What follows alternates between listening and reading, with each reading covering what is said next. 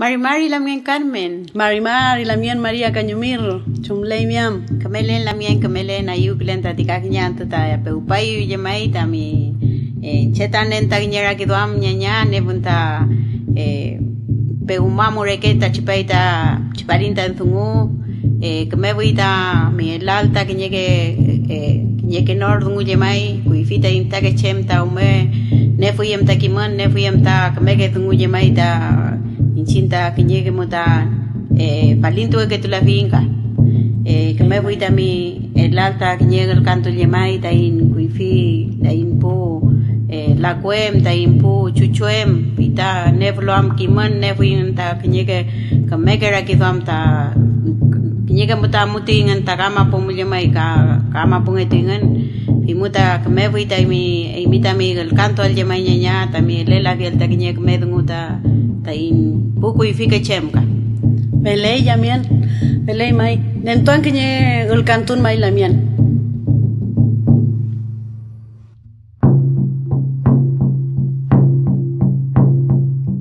Tanyi putracha Wenu mapu mamutu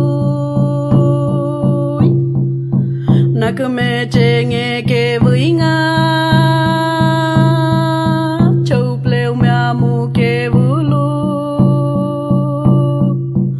Ayu kêu ke vui Tanyi putracha Wenu mapu muamutu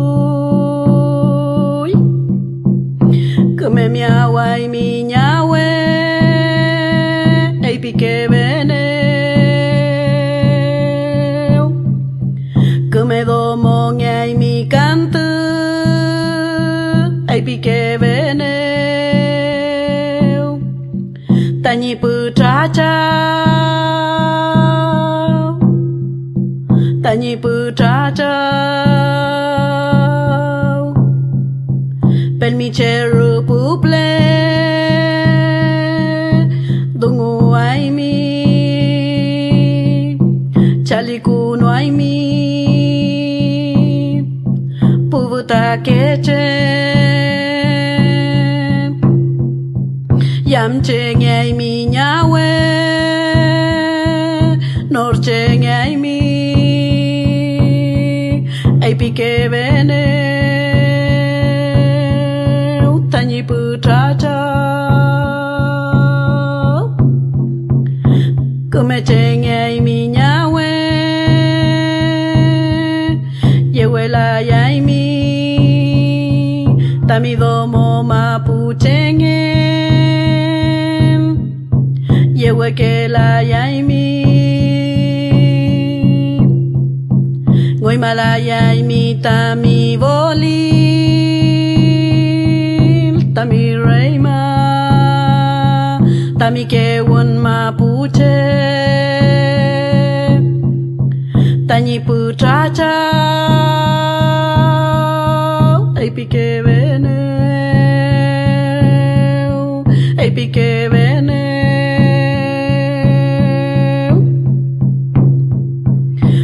Làm che Weu pi fe Kim che Ruf che Nghe ke với ta nhịp tra chao Nghe ke với ta nhịp tra chao Ta nhịp piu ke mu Ta nhịp ra ki du amu El kunoy kom tanyi kimun Kume domo ngya Ngoy malaya ninche Kom tanyi kimun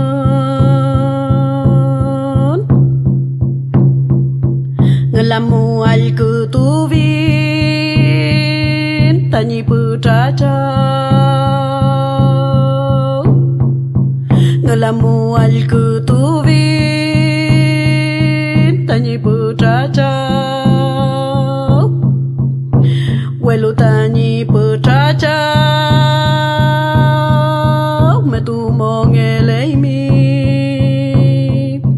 tami purei mamu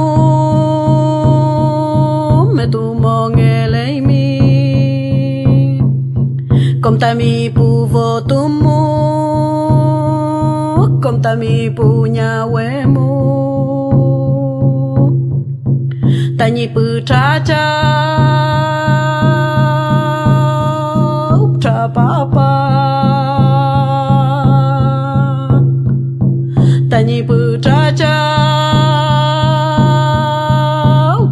papa